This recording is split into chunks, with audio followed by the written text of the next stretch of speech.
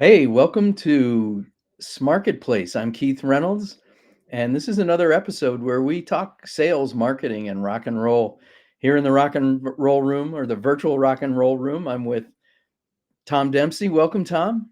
Hey Keith, how are you, my friend? Good to see you. I'm You, doing my you, best Dr. Hook impression for Halloween. I was just gonna say that you look like Captain Jack. You are ready for Halloween for sure.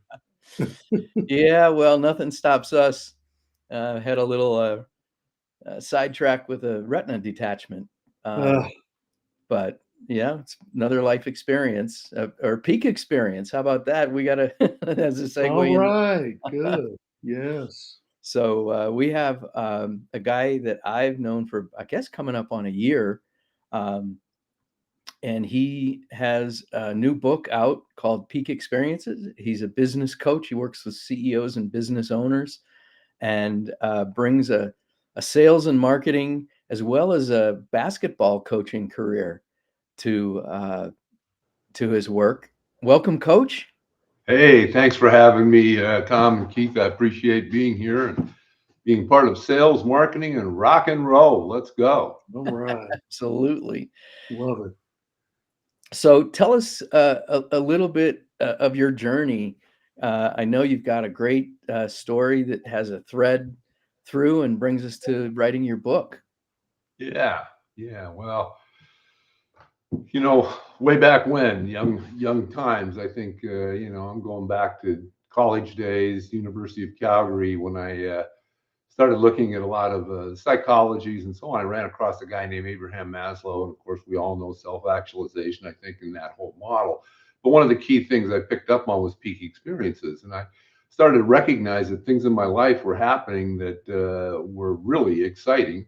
When I recognized that I was accumulating a mass amount of information in a very short time, and then manifesting that information over a period of time.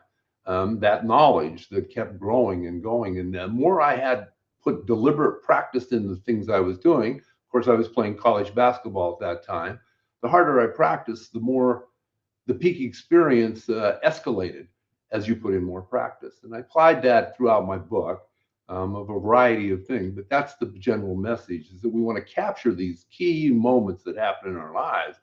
And when that happens, how do we kind of take a geometric leap forward from recognizing what that is and then putting into more practice to keep growing? So very much about that type of thing as a book. What got me to some of that, I went through some pretty tight life crises. I started out as a basketball coach. Played college basketball, coached for 12 years at the high school level.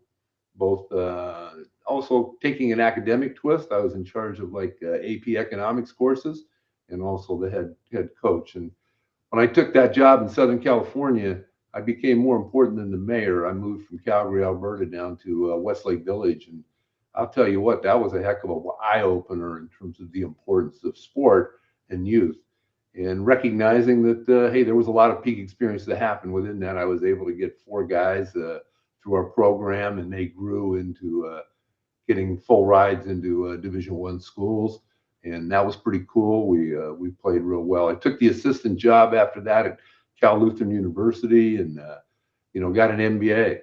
And setting myself up for that, I took a little bike ride, which I talk about in the book quite a bit, is one whole chapter, from Jasper, Alberta to Westlake Village or Thousand Oaks, which is about 2,300 miles. And I rode it in 23 days and kind of matched the Tour de France. Big fun.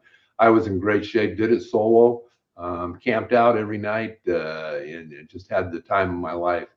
All kinds of great stories in my book about peak experiences that happened along the rides, let's say. Uh, I think once I'd kind of put that together and thought, why am I doing this ride? It was about sharpening my saw, because at that point I had a choice of what did I want to do in terms of graduate work. And I was going to California Lutheran University as their assistant basketball coach, but I was open to take whatever I wanted. And I really thought about it on that ride, and a lot of time to think, a lot of time to think. And I concluded that this transition that was going from what we were seeing a little bit of a command line world and the compute was transferring into a graphical user interface. and that was going to change the world. And I said, I'm getting on that wagon and I'm going to ride it. And so that's what I focused on, business process reengineering, my MBA. Spent 30 plus years in business after that, chasing the learning curve. What was I going to learn next? And a variety of experiences came from that until I eventually hit, I was the chief advisor for cloud services at Halliburton. And I got diagnosed with pancreatic cancer several years back. And anytime you go through a life-changing experience, and everybody out there and listening to this can recognize I've had those, or I've had that. That is, even though a negative in a valley, maybe it's still an experience and a peak one that you can turn around into opportunity. And that's exactly what I did. I mean, once I survived and I looked at all these messages that people had sent to me because they thought I was going to die. And, the messages, I had to put some things in order. I was told, for 14 days, I wasn't sure, what was next, other than maybe make sure everybody knew where the passwords were, and, going through what does an obituary look like. And you dig deep. And I saw those messages. I came out the other end and I looked at them and I said, you know what? The big guy upstairs has saved me for a reason, and that's to be a business coach, to be a coach and be a mentor, and to continue to give the assist that I've always done and thrived on in my life. I think finding I want to hit my why. That's epic. It's epic. Yeah. And the why about that comes together and really made it like, whoa, was that, why am I like this? Why did I like it? What turns me on? What makes me excited? It was really about going back to when I was 8 years old. And I didn't figure it out until I was in my mid 60s. At 8 years old, I'm going down the basketball court, make a quick, squeaking shoes, the whole thing. I throw a pass to somebody, boom, they make the basket, we win the game. Biggest thrill of my life, and set my life up to be a guy to give assists. That's what turned me on. And I look back on my life, it was always there. We all have our whys in us. We just haven't necessarily got clarity on them. And so I'm sorry to jump right in on that, but I was excited about getting that why out. And that's my why. I want to give assists wherever I go. And it makes me feel good when I do. Well, that's epic, as I said. And where we connected was in your coaching, and how you help people then apply this to their lives, and like literally down to from setting big goals and having a vision to putting it on your calendar, with the discipline that it takes to work at a company like Halliburton and be a sales and marketing leader. But the coaching side of it, I love how you say, it's an assist, because I've seen how, I've been on calls, I've seen how you take people that have raw talent and really get them focused. So very cool to hear that background. I appreciate that, Keith. I appreciate that very much. From the business coaching perspective, I'm so grateful for the clients that I have and the opportunities I get to have to work with them, and again, give assists. And the track record over the 7 years I've been going hard at it is just, I look back on it and I go, man, I got to pinch myself. This is you couldn't have dreamed to have a better situation when you're so focused. I mean, you don't know the difference between when you're playing and working. You got your why. I don't know the difference. It doesn't matter. I'm just having fun doing what I'm doing and seeing people grow, and the numbers speak for themselves. I'm really big when I'm coaching with people to really, if you don't know your numbers, you don't know your business. Let's just face the facts. And so I've really helped startup people and others understand what those numbers are, and 4 types of cash, and how to pay attention to those in each session. Those 4 types are: number 1, revenue. Better have enough revenue to make sure our second one's there, and that's profit. If we don't have profit in our business, what the heck are we doing? But profit's a different type of cash. And the third type of cash that I really work with people to understand and make a difference in their lives and their business is cash flow. What does it look like for the next 12 months? And what does a pro forma or a budget look like for us to go to? And then apply the actuals against that every freaking month, right on top of it, and start to, in 3 months, you see the trends, you can sharpen your pencil, and that profit line gets a lot better. And the fourth type of cash, of course, is equity. What is the equity? What is the value of the business? If you're putting systems in place, if you're building a business that'll run without you, you're going to have a much better equity than not. And so you want to coach people to that and recognize that they have to take that owner hat off, turn it around, and then go back to saying, no, I'm not, I am the owner. I'm not the business worker. It's not, I'm an employee. So you got to switch that hat around and go from one to the other and really understand that you're the owner of the business. And if you just have a job that you're working in and it's just a job, you're not going to get that equity value that you should, That's the effort you put in. that's the difference of working Yeah. on the business versus in the business, right? Absolutely. Absolutely. You take a scenario when I'm working with a client, say, hey, if you'll invest two hours in putting the CRM together today, what do you think it'll be worth to you in 5 years from now? Put that together and go, gee, 2 hours and it's worth $50,000 or whatever the number might be. That's a pretty good return on investment, Right. over even a 5-year run. Coach, how do you help others recognize uh, and experience peak experiences? Sometimes you're going through life and maybe you don't appreciate or know that you've got it good, um, and you want to help create that environment. I'm assuming with those who you coach and help You them bet. to again recognize and have their own peak experiences. Absolutely. Very much a mindset, very much a mindset, Keith. You've got to be looking for those experiences, but the goals that you set, and we'll go back to this calendar, and how you set these goals can very much be a path where you find multiple peak experiences along the way. It's the aha learning, that happens, and call it blind flashing of the obvious sometimes. But those things appear, and as you practice and getting, really have a goal and start working at it and dig in deep, you find that peak experience oftentimes through the deliberate practice. All of a sudden, it emerges. I make the comparison in the book to going off the backside of Lake Louise, Cornice into snow, up to my neck, and skiing in deep powder in a very, very deep, steep slope, and putting the perfect S turns in for whatever half mile length of a thing. Looking back up at that and realizing what a peak experience that was in the 3D involvement of riding in snow or being in snow rather than on snow, and that whole experience springboarded me into a whole bunch of new confidence levels. And I look back, why did I have it? It's because I'd been skiing for 30 years before that and I knew how to do it. And that was the high level that I think exploded me into another level. And so those same type of things that you can find in your business, in your life, and you can capture that. Typically, you need to look at where you put the practice in. You're not going to get the higher level unless you've done the practice. Mhm.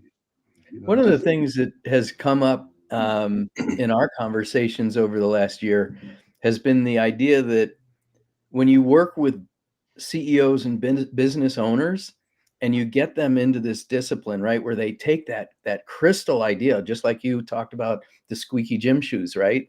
You can yeah, see and feel, and it's visceral. Then you get them to put it on their calendar, and the thing that takes up a lot of the time and energy and resources of a business then become sales and marketing. It's when you get serious. Talk a little bit about that to Tom and I, about putting those actions and your energy into making sales and marketing happen as a business owner or CEO. yeah. What, as you are aware, I think I run a growth club every quarter, and so all of my clients come together for a quarterly growth club where you plan out the next quarter in front of you. And let's just take an example where we're in the sales and marketing game, and the goal that you will set for the next quarter will be take something reasonable. We're going to increase our revenue by 10%, or my total sales by 10%. What is it going to take to do that? Well, I think, okay, I've done this. What's my history tell me? Now I may have to change. I like, you got to be unique and all those things that go with that. And so what do? Is you set up why you're going to do it. You make it smarter. All right. You're specific, and, all the specific, the smarter goal, specific, why am I missing smarter? Specific, measurable, anyway, all saying everything, but the boss, the last two are enjoyable and rewarding. And so by defining that, I give them a structure where they put it into a smarter structure, and then they really define what that goal is. Then it's the task. What specific tasks are you going to do? Because in a 90-day time frame, you can work at a tactical level. And what I mean by a tactical level here, this isn't so much strategy. This is get down in the trenches and do the job and do it, and be consistent in that. Because if you set a calendar now, or you set your task for each week, I'm going to make cold calls, I'm going to make calls on existing clients, and you block off that time for maybe an hour or two each week for the 90 days, because this will be something, it becomes a habit over the 90 days, and it's just not anymore a goal. It's just what you normally do to get your business. But in the meantime, you have those calendars blocked off so that each of those hours for whatever it is you've set in that task go into your calendar, off your goal sheet. And now it's just a matter of following, because we found that 95% of what's in your calendar gets done. If it doesn't get to your calendar, it probably isn't going to get done. You've worked with a lot of people, I'm sure, both coaching as a coach, players, and then of course a coach to business too. What have you seen any similarities about what separates those who have average results versus those who have exceptional results? Yeah, that's a great question, Tom. Yeah, I think the biggest thing, I mean, I'll go back to just an example in basketball coaching. I had to cut a lot of kids along the days through my high school coaching and college coaching career, kids that weren't going to make the team. And you had to look around and decide who's going to be the core of this team in order for us to have this winning record that I've been maintaining forever. And I want to continue. And, the kids that maybe were more interested in looking good rather than being good was an important element of that. As simple as going through drills, and when you're not looking, if somebody's loafing, they probably don't have what it takes. All right. And you can recognize that, and maybe in a core belief, you can tackle that and get on it before. But oftentimes, I like to fire fast and hire slow. And so that's the way I look at it in business. That's the way what I'm looking for talent. Right. And what's the differentiator for that talent? I think it's the drive and the desire to get better every day. Every time you show up, you have a desire to improve. It's not about beating somebody else down or being better in a competitive sense against others. It's more about being competitive in the self-discipline of yourself. And when you have that and you go, yeah, I want to be the best I can be, I want to unlock my full potential. Help me do that, coach. Hey, we got a winner. It's going to happen. The word accountability comes to mind. Oh, yeah. Oh, yeah. Got to do your practice. You got to do your practice. So you're really highlighting that, this stuff that makes us as entrepreneurs is very similar to being a basketball player. It takes that accountability. And I like to say, you got to eat the broccoli. You have to eat the broccoli. Yeah. You look around right now, those people that are excelling, go to the Rockets, go to any pro camp. Those people that are after the practice is done and they know the free throw shooting isn't quite right, and they're there for another 30 minutes every night. Those are the ones you want to have on your team. And, when you're getting paid millions of dollars, not hard to figure that out.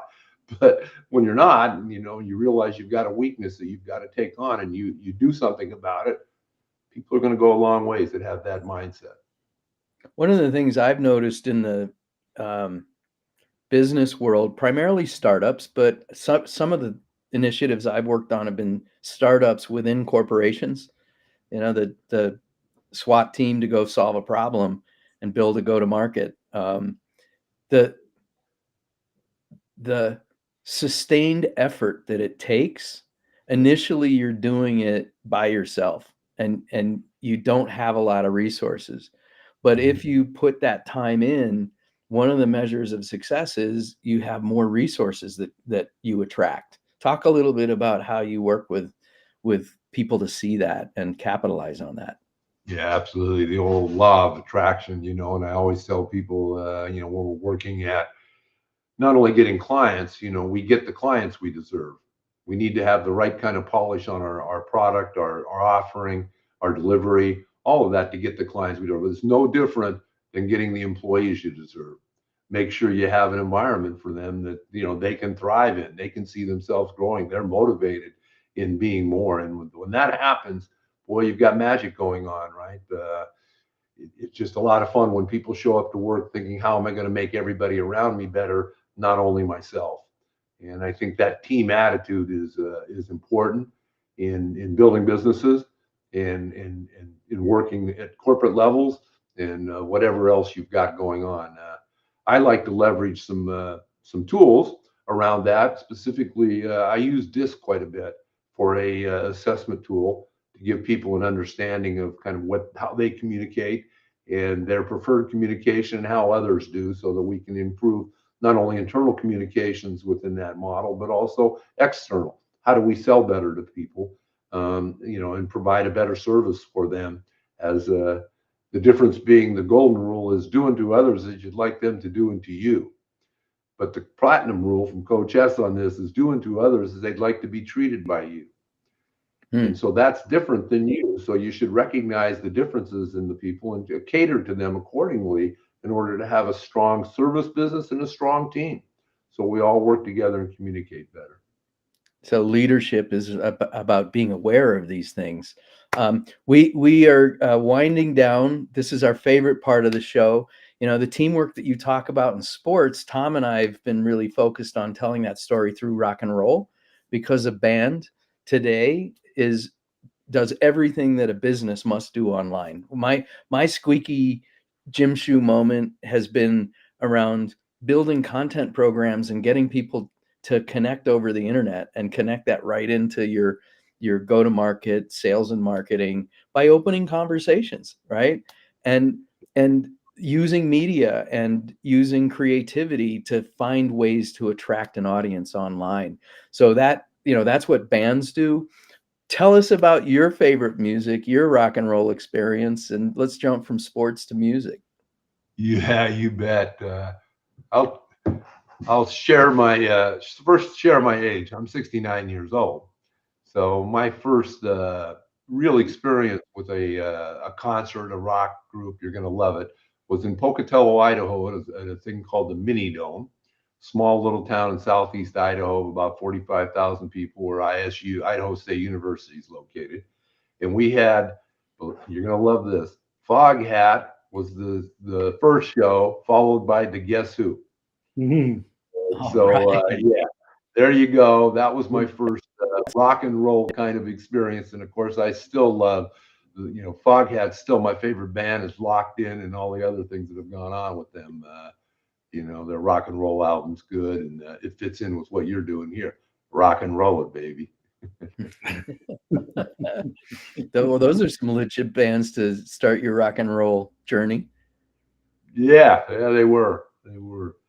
I remember seeing Stevie Nicks in Calgary, Alberta, one night. That was just a phenomenal evening. If late summer where you're tilted on the earth like you are way up north there. And then they had a whole bunch of storms came in where there's lightning behind the background naturally, and she was just going on, and it was like one of the most peak experiences in music I've ever had.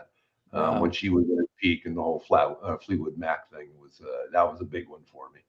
Locked Such in a on that. visceral moment. I mean, that's what's wonderful about concerts is they're sensory experiences. Yeah, that was in McMahon. And Keith and I try to make the parallel between music and business too, and how that's evolved over time, from going to getting little small posters and stapling them to the light post and the lamp post, all the way now to social media and everything else.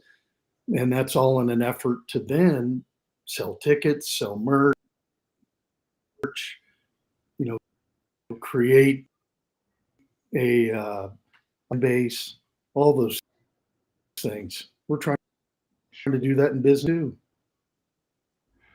Yeah, I love that. I've recently, again, I'm so grateful for the clients I have, but I recently acquired a client who is a musician, but he's also in charge of a fragrance type group right now as a kind of a C-level functioning guy. But as I've worked with him as a coach, he's put into place how he brings a band together and how he's bringing his team together in a very, very beautiful parallel. And he won an award at our last Growth Club for a symphony of success, where he's brought them all together and built a great team. And because he's a musician, his name is Ray Bally. I hope he won't mind if I throw it out, because he's got some music out there that's worth chasing, and he's been at it for a long time. All right. Well, we should have Ray on the show. He'd love it. Oh my God. Yeah, he'd love it. He'd love to be a part of that. He'd have some stories for you on the rock and roll side. Well, today a band, just to put an exclamation point on it, you really have to respect them. They're managing all the creative aspect of their art. They're putting a business together. They're going on tour. They've got to put the technology together to be out on all of the music platforms. They don't get paid a lot for that, so then they have to go on the road, right, and attract an audience every night and sell merch. And then, as success comes, they're doing licensing deals for their music, hopefully. So many Hopefully. ways to do business, and you can't do it without a team. Uh, so that's kind of a stake in the ground. We really appreciate you having you on the show and Thank sharing your experience, and we look forward to more, Coach. All right. Well, thanks, Keith and Tom. Appreciate it very much. And let's get more in Q4, okay? More in Q4. That's it. Time to get our plan together. All right. Have a good one. Thanks, everybody, for joining us, and we will see you soon. We're typically live on Thursdays every week, and then we chop it up and create some awesome content and share it throughout the weeks and months and quarters.